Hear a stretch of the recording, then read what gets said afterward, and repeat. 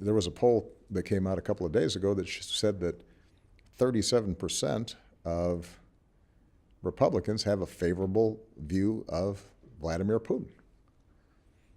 Now think about that. Over a third of Republican voters think Putin's a good guy. This is somebody, the former head of the KGB, who is responsible for crushing democracy in Russia, muzzling the press, throwing political dissidents in jail, countering American efforts to expand freedom at every turn, is currently making decisions that's leading to a slaughter in Syria. And a big chunk of the Republican Party, which prided itself during the Reagan era and for decades that followed as being the bulwark against Russian influence, now suddenly is embracing him.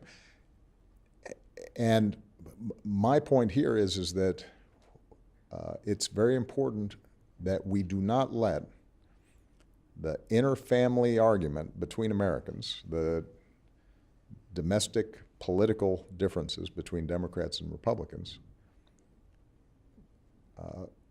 obscure the need for us to stand together, figure out what it is that the Russians are interested in doing in terms of influencing our democratic process, and inoculating ourselves from it. And that requires us having a clear-eyed view about it. It requires us not to relitigate the election. It requires us not to point fingers.